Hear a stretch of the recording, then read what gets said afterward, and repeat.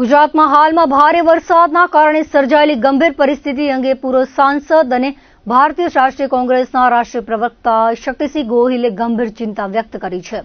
તેમણે ભાજપ સરકાર અને સ્થાનિક સ્વરાજ્યની સંસ્થાઓની કામગીરી સામે સખત પ્રહારો કર્યા છે.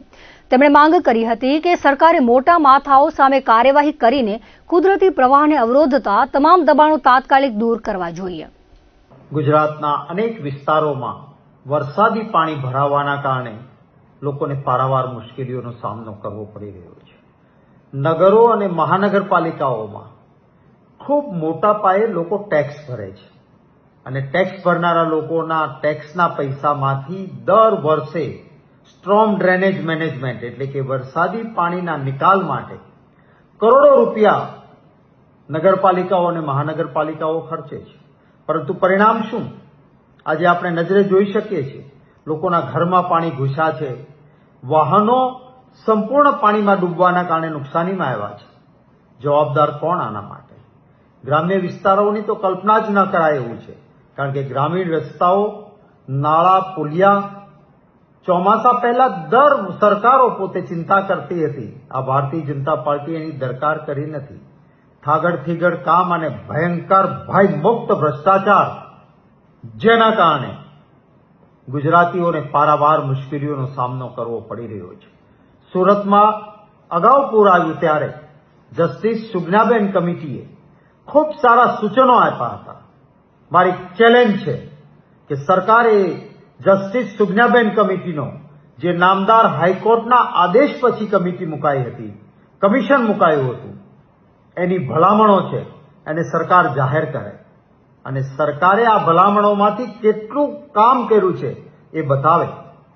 દરેક જગ્યાએ જ્યાં પાણીનો નિકાલ છે, સુપ્રીમ કોર્ટ અને નામદાર હાઈકોર્ટે કહ્યું છે કે પાણીના કુદરતી વહેણમાં કોઈ પણ મંજૂરી આપીને આડસ ઊભું થાય, કન્સ્ટ્રક્શન થાય, જગ્યાઓ રોકાય એવું ન થવું જોઈએ.